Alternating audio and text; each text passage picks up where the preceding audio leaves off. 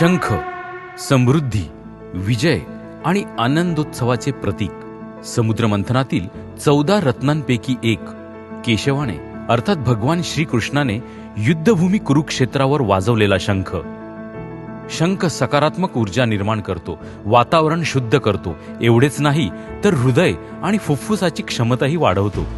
या शंखनादाचे अनन्यसाधारण महत्त्व जाणून 2017 साली पुण्यातील सद्गृहस्थ श्री नितीन गोकुळ महाजन यांनी गोकुळ अष्टमीच्या मुहूर्तावर शंखनाद पथकाची स्थापना केली आणि नाव दिले केशव शंखनाद पथक. भारतातील पहिले शंखनाद पथक.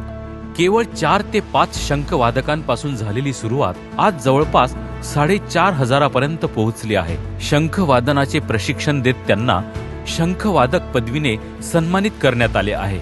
हे प्रशिक्षण विनामोबदला देण्यात येते. वय वर्ष 6 पासून ते 84 वर्ष वयापर्यंतची माणसं केशव शंखनाद पथकात शंखवादन करतात.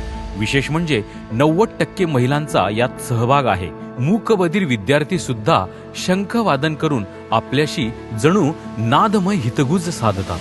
महाराष्ट्रात एकूण 24 प्रशिक्षण केंद्र असलेल्या या पथकाला केवळ महाराष्ट्रापुरते मर्यादित न ठेवता संपूर्ण भारतभर केशव शंखनाद पथकाचे वर्ग सुरू करण्याचा संस्थापक अध्यक्ष श्री नितीन महाजन यांचा मानस आहे.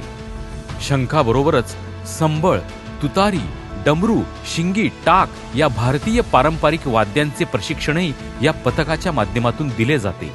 अर्जुनाचे सारथ्य करणाऱ्या केशवाच्या अर्थात भगवान श्रीकृष्णाच्या शंखनादाला जगाला ऐकवत केशव शंखनाद पथकाने